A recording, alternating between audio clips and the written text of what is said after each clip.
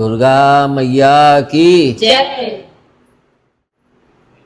पिताजी, आपने जैसे कहा कि मंदिरों में आटे के दीपक में बना करके जलाने को, तो लोग तो जला के आ जाते हैं। अब कुछ मंदिर ऐसे हमने देखे हैं जहां पर सब उठा करके मतलब डाल दिया जाता है, फिर वहां तो एक तरह से अन्न का अनादर ही होगा। इस बात को तो मैंने बोला ना बेटा कि मंदिर में जलाते हैं और छोड़ के चले आते हैं।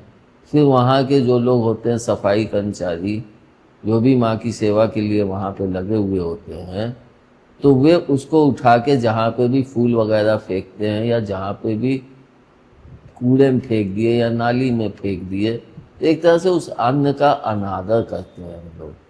इसी कारण मैंने कहा कि अगर हम आटे का दीपक बनाते हैं तो उसके विसर्जित होने के पश्चात उसको उठा के कहीं पे ऐसी जगह रख दें जो जमीन या पार्क हो, जहाँ पे चींटियों के भोजन के लिए वह आ जाए, तब वह हमारे लिए लाभदायक हो जाता है। पिताजी, मेरा प्रश्न ये है कि जैसे हमने बाहर दीपक रखा था, यदि वो आटे का होता तो वो गाय खाती तो फिर वो उचित होता? तब तो वो बहुत ज़्यादा उचित होता। घी के साथ साथ उसको अन्न भी मिल रहा है, हैं? भोजन मिल रहा है, वह पूरा दीपक ही खा लेती तो कितनी प्रसन्न होती कि अन्न भी प्राप्त हुआ और साथ में घी, उसके बलवर्धक मतलब पौष्टिकता भी प्राप्त हुई और बल भी प्राप्त हो रहा है। तो यह तो बहुत अच्छा है। और सबसे अच्छी बात उसमें मालूम क्या हुई है? सबसे अच्छी बात कि उसने तुम्हारे मेन गेट की देहरी पे उस घी को गिराया और गिरा के अपने बच्चे के साथ ही वहाँ पे चाटा। सोचो, गाय और उसका बच्चा अगर वहाँ पे तुम्हारे वहाँ पे वह गिरा के और चाटता है तो तुम्हारे यहाँ पे कितनी शुभता हो गई। और सबसे बड़ी बात हम लोग देखते ही हैं कि ऊपर वाले माता की कृपा से अपने यहाँ पे कितनी गाय खड़ी रहती बाहर गेट पे, उनको भोजन देते हैं। तो यह सब चीज़ें एक तरह से हम लोगों को इनका आशीर्वाद प्राप्त होता है। तुम यह भी तो देखती हो, तुम्हारे यहाँ कितने बंदर आते हैं और तुम्हारा दरवाज़ा तक खटखटाते हैं कि भोजन दो। तो यह उनको एक लगाव होता है कि यहाँ से हमें भोजन प्राप्त होगा, उन्हें यह आशा होती है, तभी वे आके और अपने बगीचे में बैठ के धमा चौकड़ी करते हैं, उधम करते हैं और फिर भोजन प्राप्त करके और फिर प्रस्थान करते हैं। तो यह सब चीज़ें अच्छी हैं।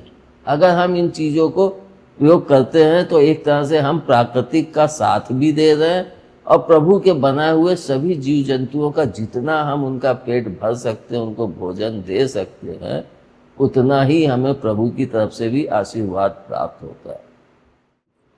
पिताजी, जैसे गंगा जी में आटे का ही दिया वो करते विसर्जित करते हैं, तो वो भी फिर लाभदायक हो गया? वो भी बहुत लाभदायक। जब हम आटे का दीपक जला के और फिर उसके पश्चात गंगा जी में विसर्जित करते हैं तो गंगा में भी तो मछली और जीव रहते हैं, कीड़े जैसे पानी वाले सर्प रहते हैं या छोटे मोटे वो मछलियाँ रहती हैं, तो उन सबको भी तो भोजन प्राप्त होता है। और हम लोग देखते भी हैं कि आटे को लोग घर से सान के ले जाते हैं और फिर गंगा जी के किनारे बैठ के छोटी छोटी गोलियां बना के और गंगा जी में प्रवाहित करते हैं या नदी में प्रवाहित करते हैं। जरूरी नहीं कि गंगा जी में ही प्रवाहित करते हैं। मैंने देखा बहुत से लोग किसी भी नदी के पास जाके बैठ गए और बैठ के एक एक आटे की गोली बना के और प्रभु का कोई जो भी उनका इष्ट हो उसका नाम लेते हुए नदी में प्रवाहित करते हैं। तो उससे भी बहुत लाभदायक है। हम लोग अगर शुभता पर कार्य करेंगे तो हमें शुभता ही प्राप्त होती है।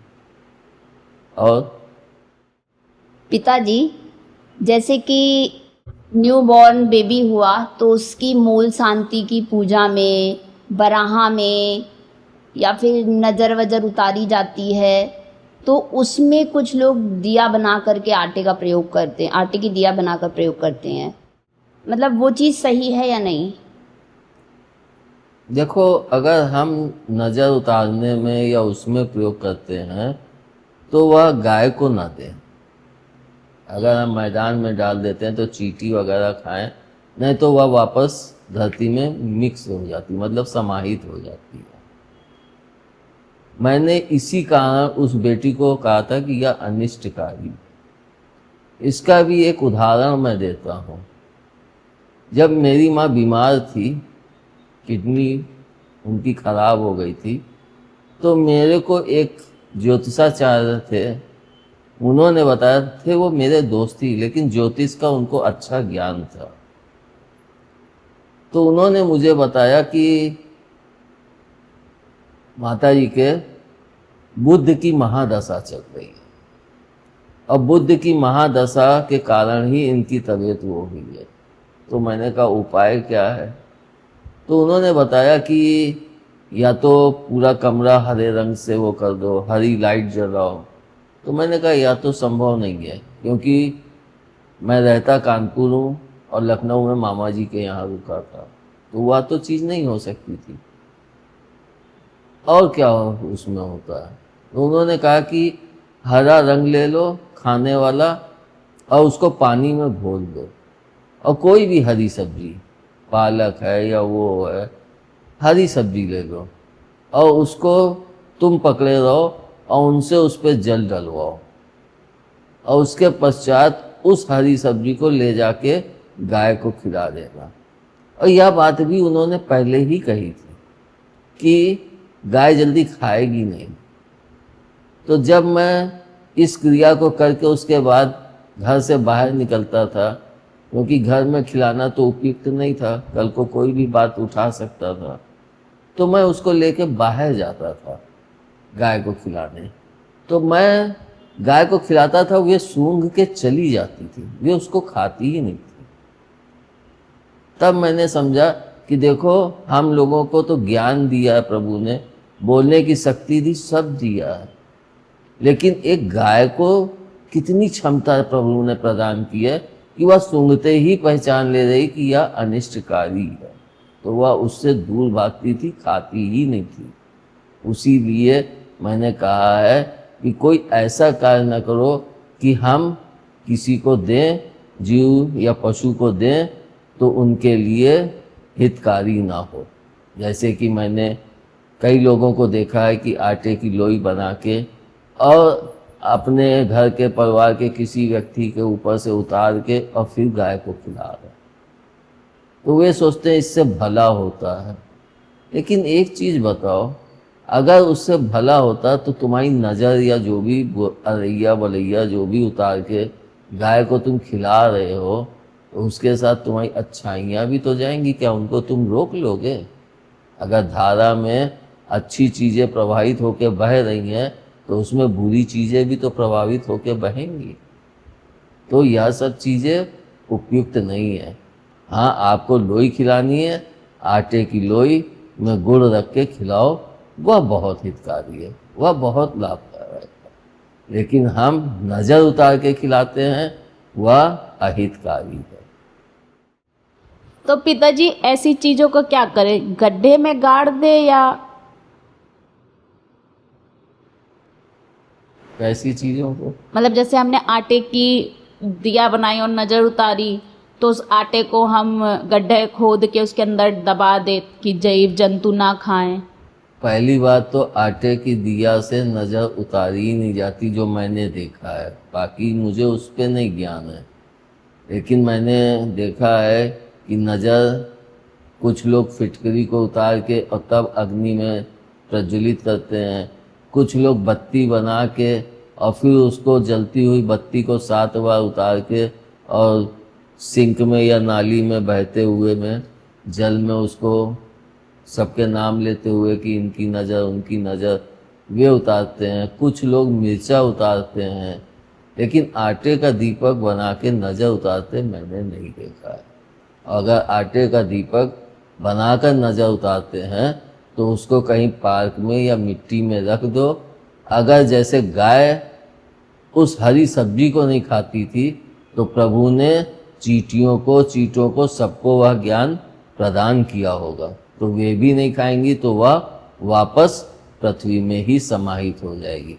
यानी हमने अन्न का अपमान भी नहीं किया और मेरा कार्य भी हो गया। लेकिन मैं तो यही कहूँगा कि जो भी चीज़ प्रयोग करो अच्छाई के लिए करो, बुराई के लिए मत करो। और इसमें पिताजी जैसे कुछ लोग साउथ में भी और इधर अपने मतलब उत्तरी भारत में भी जो है पेठे के फल से उसके ऊपर कपूर रख के उसको प्रज्वलित करके फिर उससे नज़र उतार के और उसको फोड़ देते हैं, तो उसको जैसे कोई जानवर खाया तो वो फिर उचित है या नहीं? क्योंकि वो तो एक पूरा फल ही वैसे फोड़ते हैं। मतलब उसके ऊपर कपूर धर के और फिर हाँ, पेठे का जो फल होता है ना, तरबूज जितना बड़ा होता है पूरा, वो तो पता है। हाँ, उसके ऊपर कपूर रख के वो कपूर में अग्नि प्रज्वलित कर देते हैं। अब उसके साथ और कुछ जैसे लौंग वोंग रखते हो तो वो नहीं पता, लेकिन कपूर रख के उसको प्रज्वलित करके फिर उससे जैसे नया जोड़ा आता है ना विवाहित होके, उसकी नज़र उतारे, या बच्चा आया तो उसकी नज़र उतार के फिर घर के गेट के बाहर ले जाके उसी को जलते हुए ही फेंक देते जमीन में कस के कि वो फूट जाए।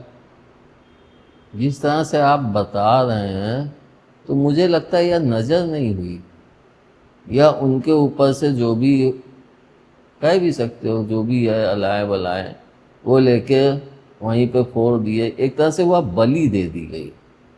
जैसे कि अपने सनातन धर्म में मंदिरों में देखते हैं नारियल फोड़ा जाता है, वह भी तो बलि है। कहीं पे कुम्हड़ा फोड़ा जाता है, कहीं पे कद्दू फोड़ा जाता है, कहीं पे पेठा फोड़ा जाता है, तो ये सब बलि के ही अंतर्गत आते हैं। तो यह एक तरह से बलि हो गई, और किसी की नज़र उतार के और उसकी बलि देना मुझे तो यह नहीं समझ में आता है। लेकिन अगर करते होंगे तो उनका कोई और तात्पर्य हो तो वह मुझे नहीं। हाँ, ये हो सकता है कि कपूर जला के और फिर बलि दी गई तो वह तो एक अलग चीज़ हो गई, लेकिन उसको नज़र उतारते तो कपूर गिर भी तो सकता है। उससे तो कहो तुम नज़र उतार रहे हो उतना बड़ा कुम्हड़ा लेके, और अगर कपूर ढनक के बहू के या किसी की साड़ी आड़ी में तो वो भी तो नुकसानदायक हो सकता है। नज़र उतारनी है तो आप और चीज़ों से उतारिए।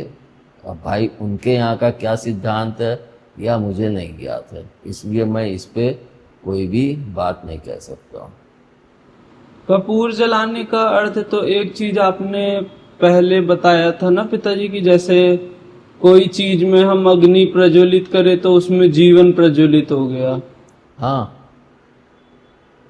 जब हमने उसके ऊपर कपूर जलाया तो उस पर एक तरह से हमने जीवन प्रज्वलित किया। उसके बाद कपूर या तो विसर्जित हो गया तब हम उसको फोड़ेंगे, और नहीं तो जैसे कि हम लोग भोग लगाते हैं तो जब भगवान का भोग लगाते हैं तो दीपक जलाते हैं, उसके पश्चात ही हम लोग भोग या पूजन वगैरह करते हैं। एक तरह से वो बलि देने जा रहे हैं, तो कपूर को जलाया और प्रभु का आवाहन करके वहीं गेट पे और फिर वहाँ पे बलि दे दी कि इनकी जो भी बुराइयाँ या जो भी मतलब इनकी अंदर कोई भी वैसी गंदगी हो उन सबको आप दूर कीजिए, आपको मैं यह बलि दे रहा हूँ, तब तो वह जायज़ है। लेकिन अगर नज़र उतार के और वह करके दे फोड़ते हैं तो वह बात मेरे को नहीं समझ में आती। धन्यवाद। दुर्गा मैया की जय।